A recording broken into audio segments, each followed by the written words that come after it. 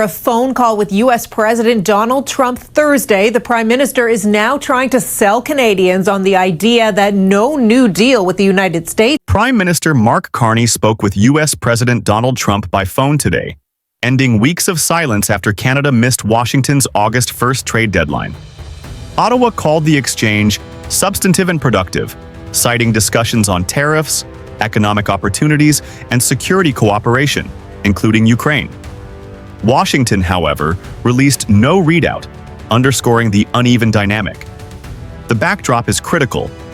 Canada's lapse triggered automatic penalties, a 35% tariff on exports outside CUSMA, and a 50% duty on steel and aluminum. Trump has since expanded that tariff wall, covering more than 400 steel-based industrial goods, from turbines to railcars, even though they fall under CUSMA protections. The maneuver signals his willingness to stretch trade rules while keeping U.S. withdrawal threats in play. The domestic toll is mounting. Walmart has warned of price hikes across supply chains. The Yale Budget Lab estimated the 2025 tariff package would raise U.S. consumer costs by 2.3%, or about $3,800 per household in 2024 dollars. The Federal Reserve Bank of San Francisco projects that, if sustained, tariffs could cut real incomes by 0.4% by 2028. Meanwhile, the Center for Automotive Research warns that a 25% tariff on cars and parts could add $18 billion to industry costs this year alone. These numbers make one thing clear: tariffs cut both ways. For Canada, the challenge is serious, but not without leverage. Energy remains Ottawa's strongest card.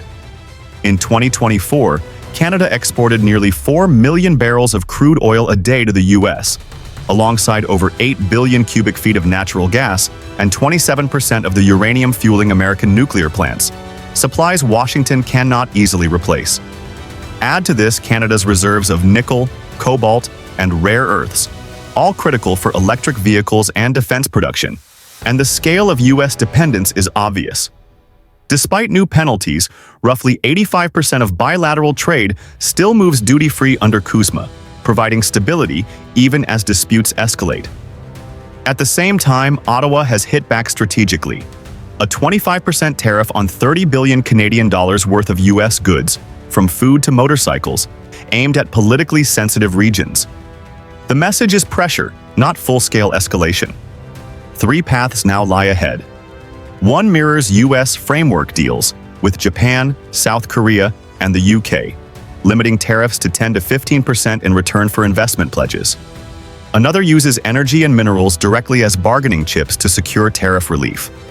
A third leans on institutions, pursuing cases through CUSMA and the WTO while accelerating diversification to Europe and Asia. None promise quick relief, but together they highlight Canada's leverage. Trump controls the pace, yet Carney is signaling he will not be rushed into a one-sided deal. The call between Prime Minister Mark Carney and President Trump did not resolve the trade standoff, but it signaled a new phase. Endurance and strategy will now shape one of the most volatile trade relationships in decades. The headline: Trump has widened his 50% steel and aluminum tariffs to 47 additional product lines. What began with raw metals now sweeps across car parts, refrigerators, strollers, even soda cans. For U.S. households, that means higher grocery bills and pricier vehicles. For Canadian exporters, it strikes directly at industries built on packaging and industrial inputs. This is no technical adjustment. It's a shock that binds everyday costs to geopolitical friction. The tariff wall now spans nearly $320 billion in goods, adding about $60 billion in new costs to the U.S. economy. Analysts at Pantheon Economics note that American consumers and businesses, not foreign suppliers, are carrying almost the entire burden. Industries that depend on steel and aluminum are already buckling. Farmers and builders face costlier tractors, gearboxes, and pumps. Legacy giant John Deere has announced layoffs at 3 Midwestern plants, citing weaker sales under tariff pressure. These shocks do not stop at the factory floor. They ripple through entire communities. Trump's stated goal is to revive American metals. But economists stress that genuine revival requires stable policy and sustained investment, not sudden tariff shocks. What analysts now call Trumpian uncertainty is chilling capital spending, slowing hiring, and deterring the very reinvestment the industry needs. Canada's counter-strategy is unfolding on two tracks. Publicly, Ontario Premier Doug Ford has denounced U.S. tariffs as a hidden tax on American families, reminding Washington that Canada imports more than $350 billion in U.S. goods annually. At home, Ontario has rolled out a $70 million worker support package, tightened quotas on cheap foreign steel, and pledged resilience rather than retreat. Federally, Prime Minister Mark Carney has emphasized patience and strategy. Ottawa has directed aid to lumber and agriculture while keeping channels with Washington open. His message is consistent. Canada will not accept a short-term fix that sacrifices long-term interests. Premier Doug Ford may sound more combative, but the alignment is clear. Provinces, industries, and unions are united under one banner: Canada will not roll over. For Americans, tariffs mean inflation and weaker purchasing power. For Canada, they mean resilience and adaptation. Ottawa and the provinces are backing industries, building supply chains, and refusing one-sided concessions. Billions are flowing into housing, healthcare, infrastructure, and critical minerals.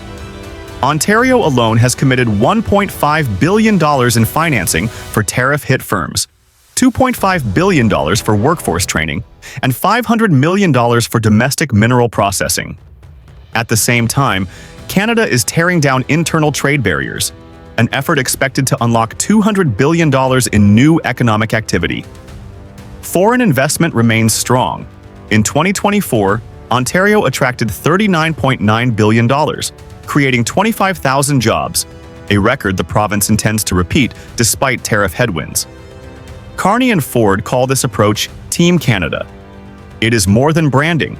It is a coordinated front of provinces, businesses, and Indigenous partners. Their message to Americans is blunt.